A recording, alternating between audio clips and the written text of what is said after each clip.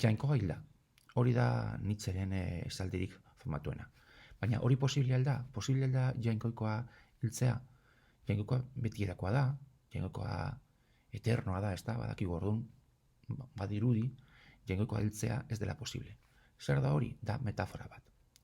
Eta zer esan nahi du metafora horrek? Esan nahia argia da. Guri bizitza antolatzeko baliogarria diren balero guztiak desagertu egin direla. Eta erlatibismoaren pean geratu dira. Eta erlatibismoa izango da nihilismo pasiboa.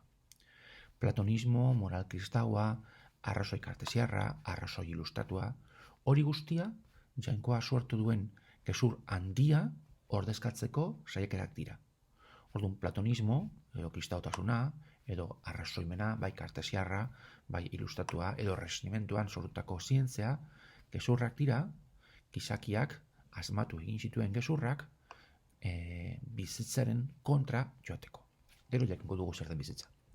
Eta zergatik sortu zen gezur handi hori? Zergatik sortu zen 2000 urtako gezur hori? Gizakia bizitza jasatzeko gai ez delako.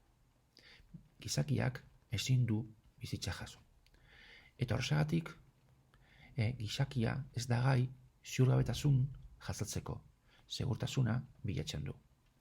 Gizakia ez du nahi askatasun guztia, segurtasuna bilatzen du. Eta horretarako, gizakiak ideien munduan asmatu egin zuen. Arrazoiaren bidez. Eta gero, ideien mundutik kristautuna sortu zen. Eta gero, arrazoiaren bidez ordezkatu egin zuen. Gero, zientziaren bidez. Baina, instantzia horiek, zer dira instantzia horiek? Bizitza iez egiteko, gizakiak asmatutako instantziak dira. Gizakiak ezin du jasan bizitza eta horregatik asmatzen ditut beste instantzia ezberdinak. Orduan, gure kasu, Nietzscheren kasuan, guk aztertuko dugu morala. Eta zer da morala? Morala bakarrik dauka funtzio bat. Bizitza eta bizi balioak ukatzea. Orduan, zer da morala? Morala hau ikasi genuen bezala, morala da gizarte batek asmatutako arau multzo bat. Eta zer nahi du arau multzo horrek? Bizitza eta bizi balioak ukatzea. Orduan, jainkoikoa hil da. Eta zeintzuk dira jainkoikoaren hiltzearen ondorioak? Pues bi dira. Lehenengo ondorio da, printzipioz arriskutsua, ez da? Nihilismo pasiboa. Ardi batzu izaten jarraituz. Zu pentsatu ez da, kristautasunaren normalen irudia beti da ardia, ez da? Pastoreak eta gauza horiek. Artzainak, ardiak, bale. Eta, lehenengoa, nihilismo pasiboa, hori da arriskutsua.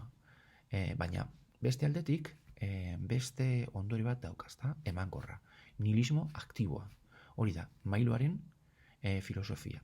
Eta orain, posible izango da, ultrahombreren, edo ultragizakiaren, edo supergizakiaren sorrera. Eta zer izango da ultragizakia? Ultragizakia izango da balioen sortzaile bihurtzeko eta gizakiak askeak izateko aukera.